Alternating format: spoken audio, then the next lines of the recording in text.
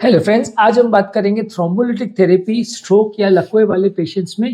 एक important issue है क्योंकि काफ़ी बार जब लकवा पेशेंट को आता है तो उसमें भी होता यही है कि नली 100% बंद हो जाती है, नली में ब्लड फ्लो बंद हो जाता है। जिस तरह हार्ट की नली जब बंद होती है तो हार्ट का ब्लड सप्लाई बंद हो जाता है, उसी तरह जब ब्रेन की नली बंद होती है तो ब्रेन का ब्लड सप्लाई बंद हो जाता है, तो ब्रेन डैमेज होना चालू हो जाता है। डिफरेंस कहाँ आता है कि अगर हार्ट की नली बंद हो रही है तो पेशेंट को एक्ट करने के लिए टाइम ज्यादा मिलता है, क्योंकि हार्ट का टिश्यू डैमेज होने में 30 मिनट का टाइम लेता है। थोड़ा ग्लूकोज ऑक्सीजन सप्लाई हार्ट में इनहेरेंट रहता है, पेशेंट का ट्रीटमेंट करने में आपको थोड़ा टाइम ज्यादा मिलता है। और ऐसा नहीं होता कि जब नली बंद हुई तो कुछ ही सेकंड या कुछ ही मिनट्स में सारा टिश्यू सड़ जाता है, जबकि ब्रेन का ग्लूकोज और ऑक्सीजन सप्लाई काफी ज्यादा ब्लड पे डिपेंडेंट होता है। मान के चलिए अगर हार्ट का टिश्यू डैमेज होना 30 मिनट में चालू होता है, 30 मिनट्स का टाइम आपके पास होता है ट्रीटमेंट चालू करने के लिए, ब्रेन का ब्लड सप्लाई 3 मिनट में डैमेज हो जाता है।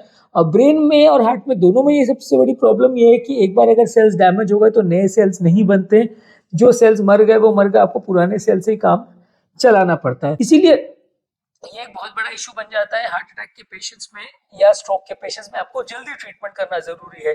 हार्ट अटैक के पेशेंट में अगर 12 घंटे तक ट्रीटमेंट नहीं किया गया तो वो टिश्यू पूरी तरह से सड़ जाता है, मर जाता है, उसके बाद ट्रीटमेंट करने का फायदा नहीं होता। ब्रेन के केस में आप मान के चलिए कि इतना ही डैमेज लगभग 5-6 घंटे में ही हो जाता है, यानी कि 5-6 घंटे के अंदर ही टिश्यू इतना ज्यादा डैमेज हो जाता है कि आप कोई ट्रीटमेंट करोगे भी तो भी फायदा नहीं होता है। इसीलिए ब्रेन के ट्रीटमेंट और ज्यादा जल्दी करनी पड़ती है। पर अब प्रॉब्लम क्या होता है कि हार्ट अटैक और ब्रेन में कुछ और डिफरेंस है। हार्ट अटैक में बेसिकली नली अगर चोक है तो आप इसी देख के बता सकते हो कि चोक है, इसमें कोई सीटी स्कैन या एमआरआई या ऐसे कोई चीज की जरूरत नहीं है ये इंजेक्शन को स्टार्ट करने के लिए। ब्रेन की केस में लकवा दो तरीके का हो सकता है, या तो ब्लीडिंग वाला स्ट्रोक या क्लॉटिंग वाला स्ट्रोक। ब्लीडिंग वाले स्ट्रोक में ब्रेन में ब्लीडिंग हो जाती है और पेशेंट को पैरालिसिस के सिम्टम्स आते हैं, जबकि क्लॉटिंग वाले स्ट्रोक में ब्रेन में क्लॉटिंग हो जाती है और पेशेंट को पैरालिसिस के सिम्टम्स आते हैं। अब ऑब्वियसली अगर ब्रेन में क्लॉट है तो आप खून पतला करने का दवा दोगे, अगर ब्रेन में ऑलरेडी ब्लीडिंग और वहां पे खून पतला करने का दवा दे दिया तो पेशेंट की तो वो कंडीशन और बिगड़ जाएगी, पेशेंट का तो खून और पतला हो जाएगा और पेशेंट का डेथ होने का चांस कई गुना बढ़ जाएगा। तो ऑब्वियसली आपको 100% श्योर होने की जरूरत है कि जो आप थेरेपी दे रहे हो वो सही है कि नहीं, अदरवाइज आपका थेरेपी उल्टा फायदा करने के बदले पेशेंट को नुकसान करेगा। अगर बाई चांस पेशेंट का ब्लीड अगर ब्रेन में हुआ और आपने वहां पे पेशेंट को थेरेपी दिया तो पेशेंट की मृत्यु भी हो सकती है।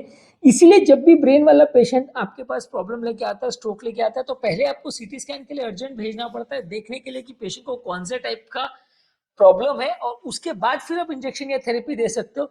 जबकि हार्ट अटैक के पेशेंट में स्ट्रेट अवे अगर आपने ईसीजी देखा और आपको पता है कि एंजियोप्लास्टी की फैसिलिटी नहीं है तो तुरंत आप पेशेंट को इंजेक्शन चालू कर सकते हो, पेशेंट को थेरेपी तुरंत दे सकते हो। ब्रेन वाले पेशेंट में ये फैसिलिटी नहीं होती है। आपको जो इंजेक्शन आप देते हो उसमें आपको पहले से कंफर्म होना जरूरी है। आपको अगर गलत कारण से इंजेक्शन दे दिया तो संभालना बहुत ज्यादा मुश्किल पड़ जाएगा, और उसके बाद जो होगा वो अनफॉर्चुनेटली उसका कोई इलाज नहीं होगा। ब्रेन में ब्लीडिंग हो गया तो ज्यादातर पेशेंट मर ही जाएगा। हार्ट में यूजली ऐसा नहीं होता है कि अगर आपने हार्ट में खून पतला करने का दवा दिया और बाई चांस क्लॉट है भी या नहीं भी है, आपने बिना कारण भी अगर इंजेक्शन दे दिया तो हार्ट के अंदर ब्लीडिंग नहीं होगी, लेकिन ब्रेन में ब्लीडिंग डेफिनेटली अगर हो जाती है तो ब्रेन का प्रेशर इतना बढ़ जाता है, ब्रेन के इंट्राक्रेनियल प्रेशर इतना बढ़ जाता है कि उसकी वजह से ही पेशेंट की जान जा सकती है। तो इसलिए ब्रेन वाले पेशेंट्स में आपको और ज्यादा 100% श्योर होने की जरूरत है। इसीलिए पेशेंट को पहले सीटी स्कैन के लिए भेजा जाता है, सीटी होके आता है तब पेशेंट को थेरेपी दी जाती है। हार्ट के पेशेंट में जो विंडो पीरियड होता है इंजेक्शन देने के लिए वो 12 से 24 घंटे तक होता है। ज्यादातर आप मान के चलिए 6 से 12 घंटे से पहले पहले आपको वो इंजेक्शन देना पड़ता है। 6 घंटे के बाद अगर आप इंजेक्शन देते हो तो बेनिफिट कम होता है, जबकि स्ट्रोक में यही विंडो पीरियड 3 घंटे का होता है। यानी जो इंजेक्शन आपको देना है, यानी पेशेंट आपके पास सिम्टम चालू हुआ उसके बाद आपके पास पहुंचा और उसको प्रॉब्लम हुई, उसमें आपने इंजेक्शन चालू किया, उसके बीच में आपको सीटी स्कैन भी करा के कंफर्म करना जरूरी है कि ब्लीडिंग तो नहीं है, फिर आपको इंजेक्शन देने और इंजेक्शन कंप्लीट करने के लिए टाइम आपको टोटल 3 घंटे मिल रहा है। जबकि आपको हार्ट अटैक में वही टाइम 6 से 12 घंटे तक का भी मिल रहा है कि पेशेंट आपके पास आया बिना सीटी स्कैन कराए डायरेक्ट आप इंजेक्शन थेरेपी चालू कर सकते हो और आपको विंडो पीरियड ज्यादा मिल रहा है। नेक्स्ट बड़ा इशू ये है कि बाई चांस ब्रेन में अगर ब्लीडिंग हो गया तो पेशेंट की कंडीशन फायदे के बदले नुकसान हो जाएगी। और ये रिलेटिव्स को समझाना कई बार बहुत मुश्किल पड़ता है, क्योंकि पेशेंट बाय चांस कई बार मीडियम लेवल स्ट्रोक की सिम्टम्स लेके आता है या माइनर स्ट्रोक के सिम्टम्स लेके आता है, और आपने इंजेक्शन दिया और पेशेंट को ब्रेन में ब्लीडिंग हो गई, जिसकी वजह से पेशेंट की मृत्यु हो गई, तो उसको समझाना बहुत मुश्किल पड़ेगा, क्योंकि फिर वो पेशेंट के रिलेटिव्स आपके साथ बिल्कुल कोऑपरेट नहीं करेंगे। वो बोलेंगे कि भाई आपने क्या कर दिया, मेरा पेशेंट तो आया था तब बात कर रहा था, अभी तो वो मर ही गया पेशेंट मेरा, या अनकॉन्शियस हो गया या कोमा में चला गया और अब माता बच्ची बढ़ गई है, तो आपने ये फालतू का इंजेक्शन क्यों दे दिया मेरे पेशेंट को। हार्ट अटैक में कंपेरेटिवली उतना कोई ब्लीडिंग रिस्क नहीं है और पेशेंट की मृत्यु होने का इंजेक्शन की वजह से चांस कम है। ऑब्वियसली इंजेक्शन से अगर पेशेंट का प्रॉब्लम होगी भी तो भी ब्रेन में ब्लीडिंग होगा, हार्ट में नहीं होगा। तो पेशेंट के पास आपके पास थोड़ा मार्जिन ऑफ एरर रहता है।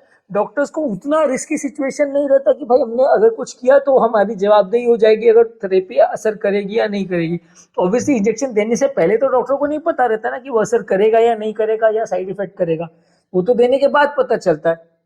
और देने के बाद अगर उल्टा पड़ गया तो फिर संभालना कई बार बहुत ज़्यादा मुश्किल पड़ता है। यूजली ये सारे इंजेक्शन का सक्सेस रेशियो 30% के आसपास रहता है। हार्ट अटैक के लिए फर्स्ट जनरेशन लाइटिक्स स्ट्रेप्टोकाइनेज और यूरोकाइनेज जो हम देते हैं तो उनका सक्सेस रेशियो पहले 3 घंटे में या 6 घंटे में दिया गया तो 30% रहता है नली को खोलने में, जबकि थर्ड जनरेशन लाइटिक्स जैसे रेटिप्लेस, टेनेक्टिप्लेस, ऑल्टिप्लेस का सक्सेस रेशियो 50 to 60% रहता है नली को खोलने में। बाद में एंजियोप्लास्टी तो लगती है। ब्रेन में सिनेरियो थोड़ा सा लगे, उसमें स्ट्रेप्टोकाइनेज यूरोकाइनेज तो मना ही है, वो तो अलाउ मतलब उसकी कोई स्टडीज नहीं है। जबकि थर्ड जनरेशन लाइटिक एजेंट जो कि थोड़े महंगे आते हैं उसमें भी ज्यादातर जो डेटा वो ऑल्टीप्लेस के साथ अवेलेबल है, जो कि सबसे ज्यादा महंगा है, ऑलमोस्ट 60-70 हजार रुपए का आता है, उसी के साथ डेटा अवेलेबल है। बाकी लाइटिक एजेंट्स के साथ उतना डेटा अवेलेबल नहीं है। और इसमें ज्यादातर ब्रेन के केस में जो आप इंजेक्शन देते हैं वो 1 घंटे की कंटिन्यूस इन्फ्यूजन में देते हैं। हार्ट के केस में आप तुरंत बोलस लाइटिक देते हो जिसमें एक शॉट में आप इंजेक्शन दे देते हो, जबकि ब्रेन में आप थोड़ा सा स्लो इन्फ्यूजन में देते हो। हार्ट के पेशेंट में बाद में सब में एंजियोप्लास्टी लगती है। ब्रेन के पेशेंट्स में जो आपका इंजेक्शन का असर हुआ चाहे नहीं हुआ उसमें एंजियोप्लास्टी का कोई चक्कर नहीं होता है, क्योंकि ब्रेन में कोई एंजियोप्लास्टी होती नहीं है। हाँ, क्लॉट एक्सट्रैक्शन की कुछ कैथेटर गाइडेड टेक्निक्स होती है, पर वो ऐसा नहीं होता कि आपको क्लॉट डिसॉल्विंग इंजेक्शन देने के बाद भी वो करना ही पड़ेगा या स्टेंट करना ही पड़ेगा। दूसरा बड़ा इशू ये है कि जो ब्रेन में आपको क्लॉट डिसॉल्विंग इंजेक्शन आप देते हैं उसमें बहुत लिमिटेड इंडिकेशंस ये है जिसमें आप दे सकते हैं। अगर बहुत छोटा स्ट्रोक हो तो भी आप नहीं दे सकते, और बहुत मैसिव स्ट्रोक हो जिसमें ब्रेन में ऑलरेडी बहुत ज्यादा इडिमा हो चुका है तो भी आप नहीं दे सकते, क्योंकि उसमें साइड इफेक्ट ज्यादा हो जाएंगे। बहुत छोटा स्ट्रोक में दिया तो असर होगा नहीं।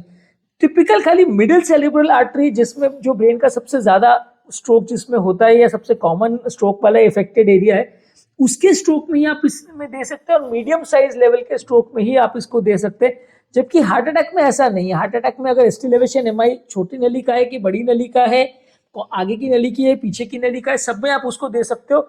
इतना डिसीजन मेकिंग की जरूरत नहीं है कि ये देना है कि वो देना है, इसमें फायदा होगा नुकसान होगा, ऐसा कुछ नहीं है। जबकि स्ट्रोक में आपको मिडिल सेरिब्रल आर्टरी वाले स्ट्रोक में ही सबसे ज्यादा फायदा देखा जाता है और ज्यादातर उसी में दिया जाता है स्ट्रोक। बाकियों में कंपेरेटिवली देने का इंडिकेशन कम है। और अगर पेशेंट को आपने बाई चांस इंजेक्शन दे भी दिया तो भी स्ट्रोक में कितना रिकवरी होगा वो गारंटेड नहीं है।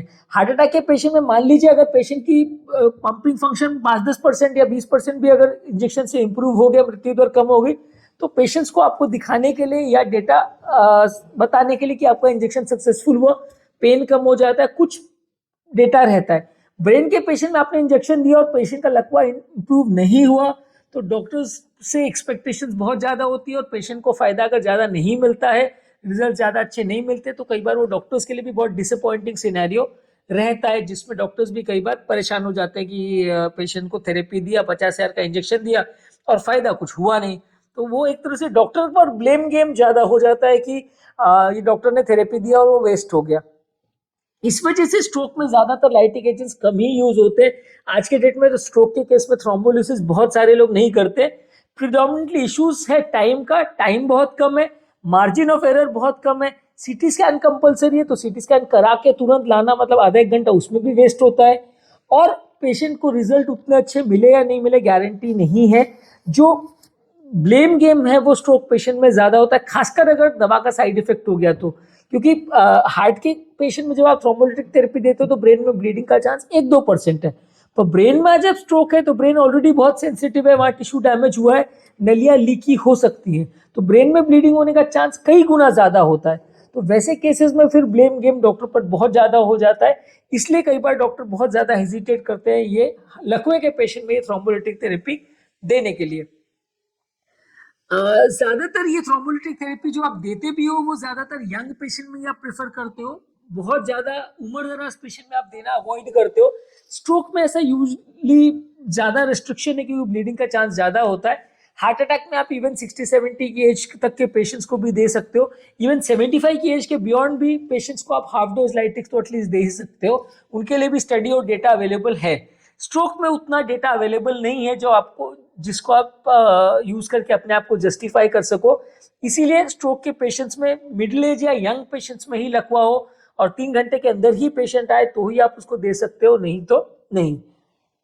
अगर उसके बाद सक्सेस नहीं होता है तो हार्ट अटैक के पेशेंट में सब पेशेंट को एंजियोप्लास्टी भेजा जाता है। स्ट्रोक पेशेंट में ऐसा कोई डेटा अवेलेबल नहीं है कि पेशेंट को आप इमीडिएट थ्रोम्बोसक्शन के लिए भेजो या कैथेटर क्लॉट एक्सट्रैक्शन के लिए भेजो। कैथेटर के लिए अगर पेशेंट को लिया जाता है तो डायरेक्टली ही लिया जाता है, उसमें पहले इंजेक्शन देने में बहुत ज़्यादा रोल या वैसी कोई स्टडी अवेलेबल नहीं है कि उसका ब्लीडिंग पर क्या इफेक्ट होगा। तो बहुत ज़्यादा सेंसिटिव ऑर्गन होने के कारण ब्रेन के लिए थेरेपी उतनी कॉमनली यूज नहीं होती। हार्ट अटैक के लिए तो पिछले 30-40 साल से बहुत कॉमन है, सबको पता है कि ये हार्ट अटैक में खून पतला करने वाला इंजेक्शन देते हैं, पर 95% लोग को पता भी नहीं है कि इंजेक्शन ब्रेन के स्ट्रोक में भी दिया जाता है, क्योंकि ज़्यादातर अपने इंडियन सिनेरियो में पेशेंट हॉस्पिटल पहुंचता ही 3-4 घंटे के बाद है जब उसको ये सिम्टम्स होते हैं। हार्ट अटैक के केस में अगर भले पेशेंट 3-4 घंटे के बाद भी पहुंचे तो भी आप थेरेपी दे सकते हो, ब्रेन में उतना मार्जिन नहीं होता। तो आज के टॉपिक में हमने ब्रेन स्ट्रोक पर थ्रोम्बोलिटिक थेरेपी के बारे में बात की। यदि इस टॉपिक को संबंधित आपकी कोई कमेंट्स, क्वेरी, सजेशन है, कोई और टॉपिक्स पर आप चाहते हैं वीडियोस बनाए, कोई पेशेंट रिलेटेड क्वेरीज है तो नीचे कमेंट सेक्शन में उनके बारे में आप बता सकते हैं, हम उन्हें आंसर करने का प्रयास करेंगे। अंत में मैं डॉक्टर नवीन अग्रवाल तहे दिल से आपका शुक्रिया अदा करूंगा कि आपने इस टॉपिक को एंड तक देखा। जो लोग हमारे चैनल पे नए हैं उन्हें रिक्वेस्ट करूंगा कि चैनल को सब्सक्राइब करें, ऐसा करने से चैनल को कंटिन्यू करने के लिए हमें मोटिवेशन और इंस्पिरेशन मिलती है। यदि जो लोग पूरे डिटेल्स में ये सारे टॉपिक्स को नहीं देखना चाहते, 1 मिनट ब्रीफ समरी सारे टॉपिक्स का देखना चाहते हैं, तो उनके लिए रेगुलर बेसिस पे हम यूट्यूब शॉर्ट्स अपलोड कर रहे हैं जिसमें सारे टॉपिक्स का ब्रीफ जिस्ट या समरी होता है। आप वो टॉपिक्स को देख सकते हैं और उनका एडवांटेज ले सकते हैं।